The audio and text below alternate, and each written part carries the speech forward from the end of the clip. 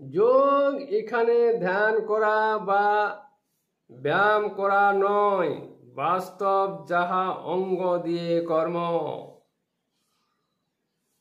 মন বা নিষ্ঠার সাথে সত্যকে উপলব্ধি করা, উপলব্ধির মধ্য দিয়ে মনোশক্তি উৎপন্ন হয়, এখানে তাকেই যোগ বলা হয়েছে। যা অঙ্গে স্পর্শের রেখা তৈরি করে থাকে, এক একটি স্পর্শ এক একটি জ্ঞান দিয়ে থাকে।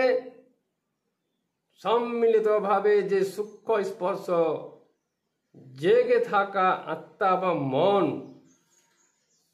সঞ্চিত রেখেছে, তার ক্রিয়াগুলি মানুষ বা জীবের সুস্থ অসুস্থয় প্রয়োগ করে মন ক্রিয়াটি অন্য আত্মা বা মন দেহে ক্রিয়া করে, ইহাই যোগ, যাহা আরও একটি আত্মায় প্রবেশ করতে পারে।